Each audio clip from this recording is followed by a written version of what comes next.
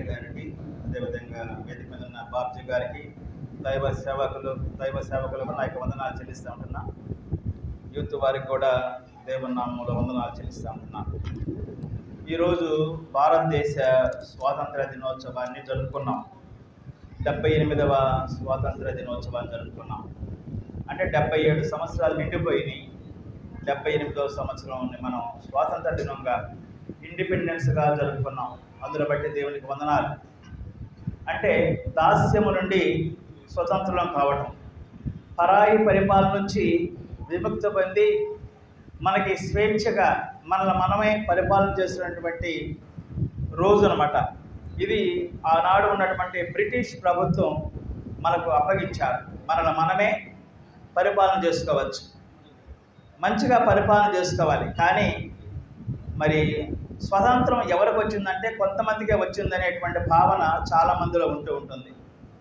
ధనవంతులు అయిపోతూ ఉంటున్నారు, పేదవారు ఇంకా పేదవారు అయిపోతూనే ఉన్నారు. ఇప్పుడు గణాంకాలను కనుక చూస్తే పేదవారి సంఖ్య పెరిగిపోతుంది అంటున్నారు. ధనవంతుల దగ్గరే ధనవంత గుప్పిట్లో ఉన్నది, తక్కువ మందిలో దగ్గర ఎక్కువ ధనం ఉంటా ఉన్నది.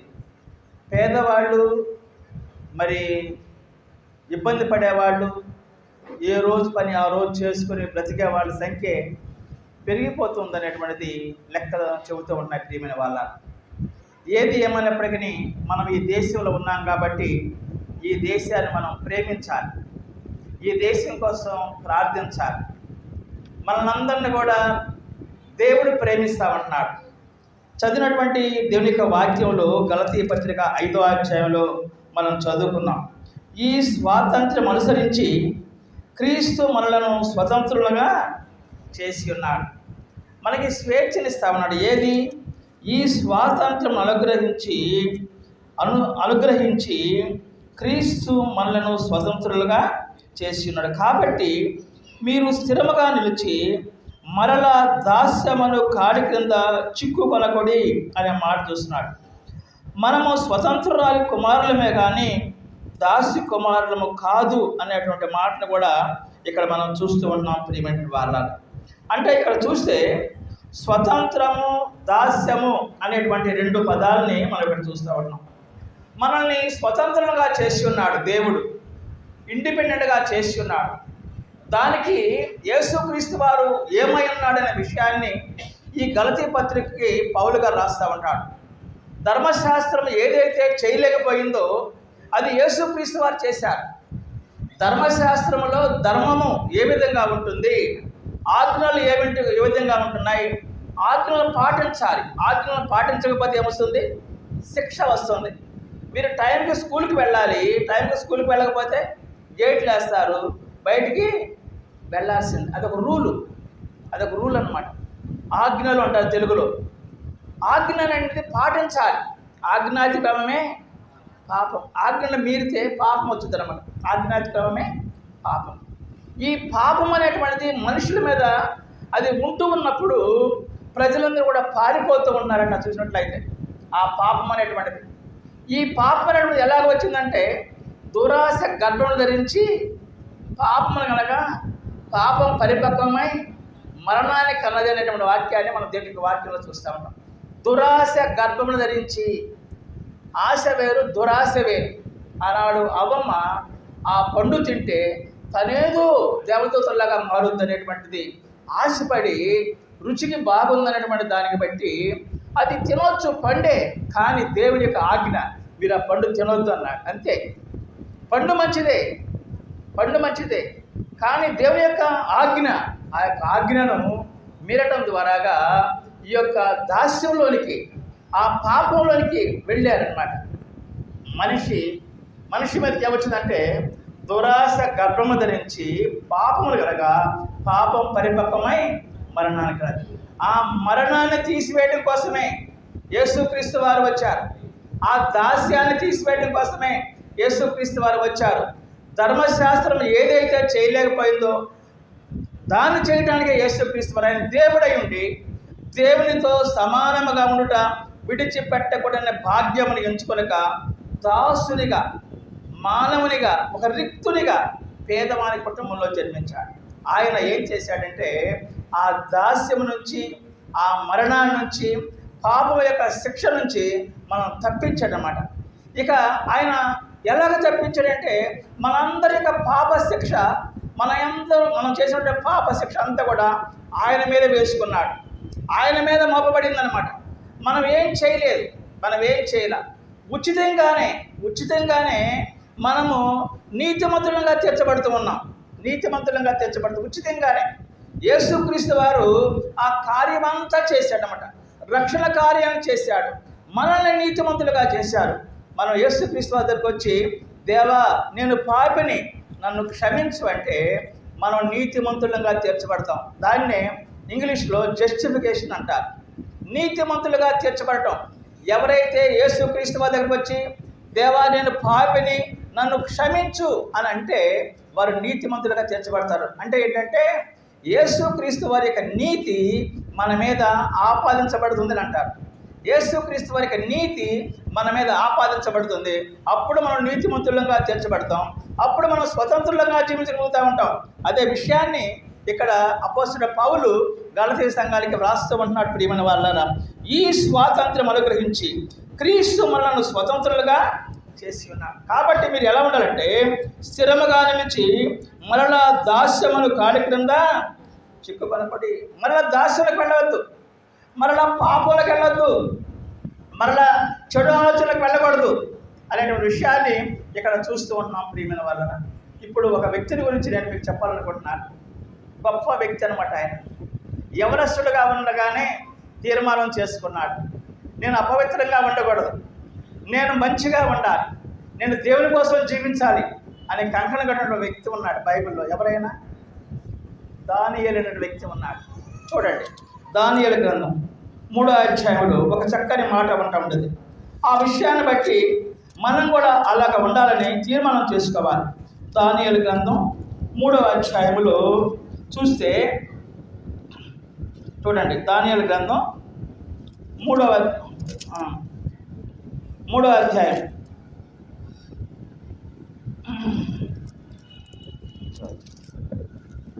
దానియేలు గ్రంథం 5వ అధ్యాయంలో చూడండి 11వ వచనంలో.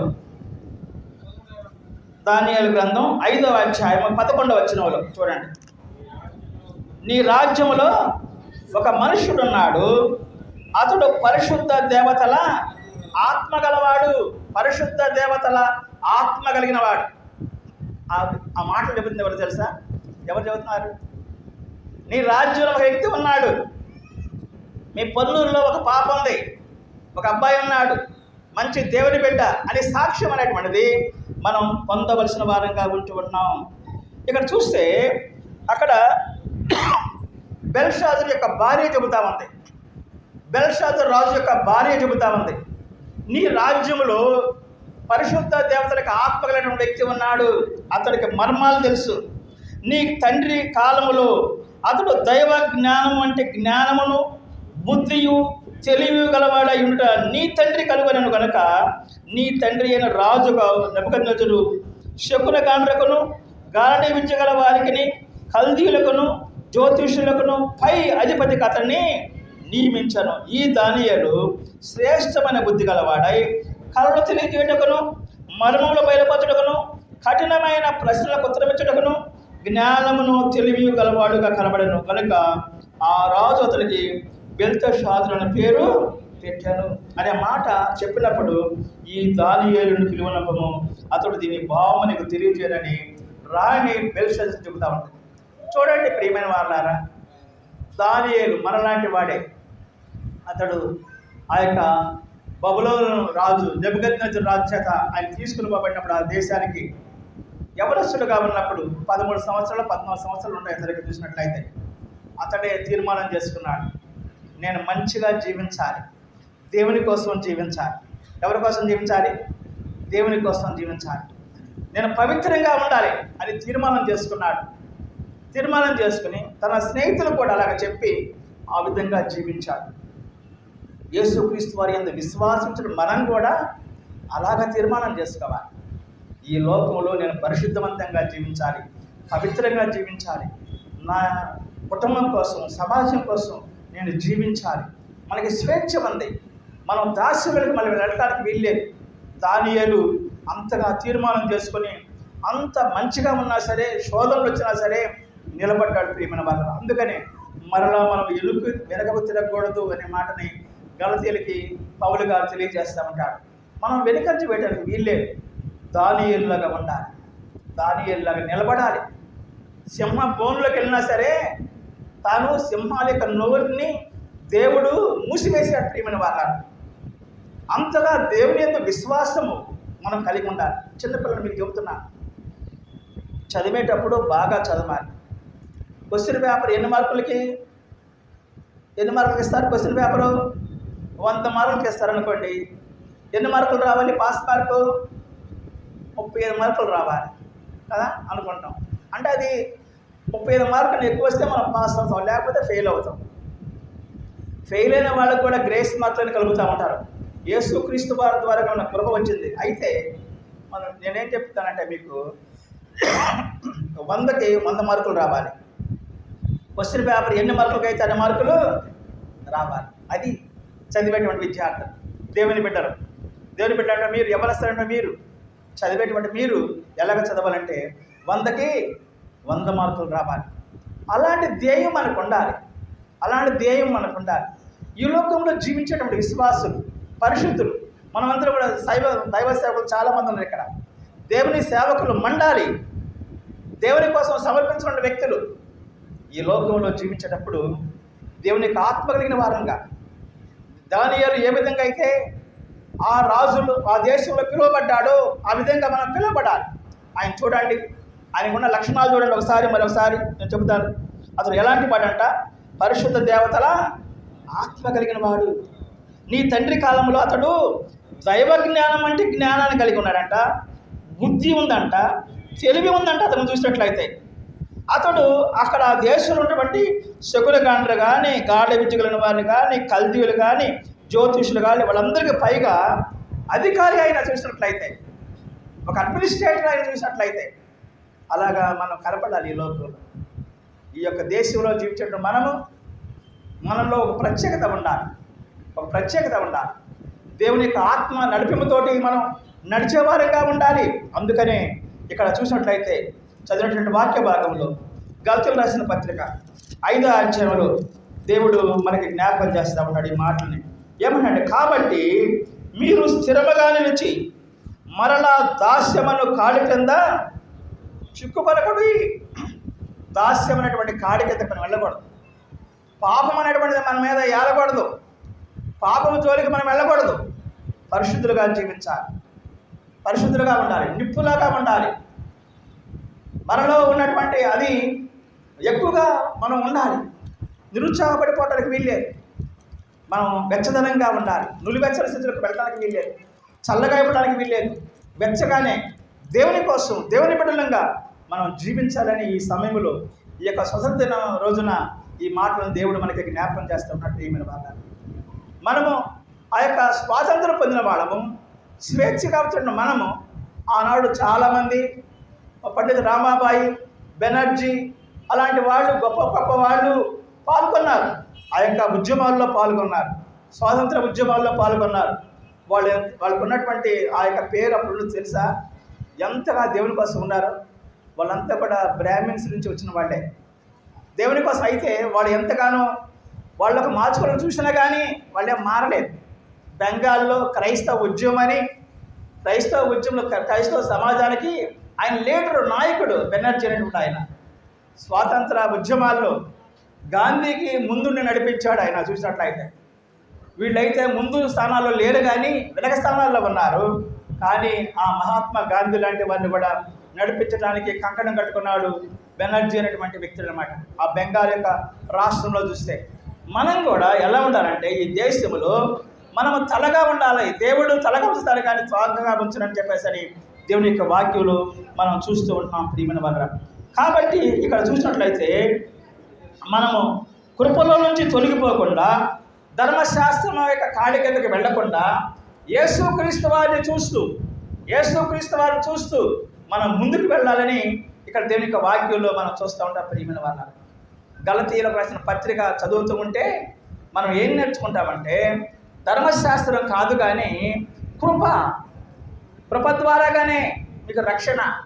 అది ఎలాగంటే యేసుక్రీస్తు వారు మనకు కల్పించాడు. ఆయన కృపనిచ్చాడు, గ్రేస్ ఇచ్చాడు. మనకి అర్హత లేని వాళ్ళకి అర్హత ఇచ్చాడు. మనకి అర్హత లేదు, పరలోక రాజ్యానికి వెళ్ళడానికి మనకు అర్హత లేదు.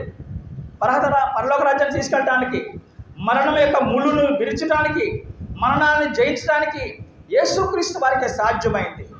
మన వల్ల కాదు, కానీ మనం యేసుక్రీస్తు వారి వైపు చూస్తూ మన పరుగు పందెంలో ముందుకు సాగిపోవాలి ప్రియమైన వారు. అలాగ ఉంటేనే ఈ లోకంలో మనం జయించగలుగుతాం అన్నమాట. ఈ లోకాన్ని జయించాలంటే, సాతాన్ని జయించాలంటే, ఈ స్వాతంత్రం మనం పొందుకున్న వారంగా, స్వేచ్ఛ కలిగిన వారంగా మన గురి యేసుక్రీస్తు వారి మీద ఉండాలి. యేసుక్రీస్తు వారు మనకు మాదిరిగా ఉన్నాడు. ఆయన అంటున్నాడు, నా కాడి మీరు ఎత్తుకుంటారా, నా కాడి మీరు ఎత్తుకుంటారా, నా దగ్గరికి వస్తారా, మీరు నా అడుగుజాడలో మీరు నడుస్తారా అని మనం అడుగుతామంటున్నాడు. ఈ యొక్క దినాన్ని ఆయన అడుగుజాడలో మనం నడుస్తామా? సాత్వికము, దీన మనసు అనేటువంటి లక్షణాన్ని మనం కలిగి ఉందామా? ఈ లోకంలో జీవించేటప్పుడు ఈ బాధ అనేటువంటిది, శ్రమ అనేటువంటిది ఓర్చుకుంటానికి, సహించుకుంటానికి మనం పిలువబడ్డాం ప్రియమైన వాళ్ళారా. క్రైస్తవులంగా ఉన్న వాళ్ళంతా కూడా క్రైస్తవులుగా ఉండటం అంటే ఇది ఇరుకైనటువంటి మార్గం, ఇది శ్రమల్లో గుండా వెళ్ళేటువంటి మార్గం, కష్టాల్లో గుండా వెళ్ళేటువంటి మార్గం, ఇదేందులో సుఖంగా ఉండేటువంటి మార్గం కాదు. అయినప్పటికీ ఆ నిత్య రాజ్యము, పరలోక రాజ్యము మనకున్నదన్న విషయాన్ని మనం గుర్తిరిగిన వారంగా మనం ఉంటూ ఉండాలి. చిన్నపిల్లలు మీరు యేసుక్రీస్తు వారి మీద విశ్వాసం ఉంచి ఆయన కోసం జీవించాలనేటువంటి మాటలు తెలియజేస్తూ ఉన్నాను. ఆ పరలోక భాగ్యం రావాలంటే యేసుక్రీస్తు వారిని రక్షకుని అంగీకరించాలి, నమ్ముకోవాలి. అప్పుడే మనం నీతిమంతులుగా తీర్చబడిన తర్వాత పరిశుద్ధవంతంగా ఈ లోకంలో జీవిస్తూ ఉండాలి. ఎప్పుడు దాకంటే మన అంతం వరకు కూడా పరిశుద్ధవంతంగా చేయాలి. దీన్ని మనం అన్వయించుకోవాలి. నేను దేవుని కోసం జీవించాలి అనేటువంటి తలంపు మనలోకి రావాలి ప్రియమైన. అందుకనే ఈ గలతీయులకు రాసిన పత్రికలు చాలా చక్కగా పౌలు గారు తెలియజేస్తూ ఉంటాడు. కాబట్టి మనము ఈ స్వాతంత్రాన్ని పొందుకున్నట్టు, మనం ఈ స్వాతంత్ర దినం అన్నాడు, మరి పాప దాస్యాల నుంచి లేకపోతే విడిపించినప్పుడు యేసుక్రీస్తు వారు ఏ విధంగా అయితే మనకి స్వాతంత్రం ఇచ్చాడో, ఆ స్వాతంత్రం పొందుకున్నటువంటి అంటే పాపపు దాస్య కిందకి మనం వెళ్ళకూడదు అనేటువంటిది అనే మాటని ఇక్కడ మనం చూస్తూ ఉంటున్నాం ప్రియమైన వాళ్ళ. ఆ మాట చదివి నేను మళ్ళీ ముగిస్తాను. గలతీయులకు రాసిన పత్రిక 5వ అధ్యాయంలో ఆ మాటను చదివేసి నేను ముగిస్తాను. ఈ స్వాతంత్రం అనుగ్రహించి క్రీస్తు మనలను స్వతంత్రులుగా చేసి ఉన్నాడు. కాబట్టి మీరు స్థిరముగా నిలిచి మరలా దాస్యమను కాడి క్రింద చిక్కుపడకండి. దేవుని పరిశుద్ధ నామానికి వందనాలు చెల్లిస్తూ ఉన్నాను. అవకాశం ఇచ్చినప్పుడు అయ్య గారికి వందనాలు చెల్లిస్తూ ఉన్నాను. మనం ఆ విధంగా పరిశుద్ధవంతంగా దేవుని కోసం ఈ లోకంలో మనం జీవించడానికి పరిశుద్ధాత్మ దేవుడు సహాయం చేయరుగాక. దేవుడి మాటను దీవించుగాక. ఆమేన్.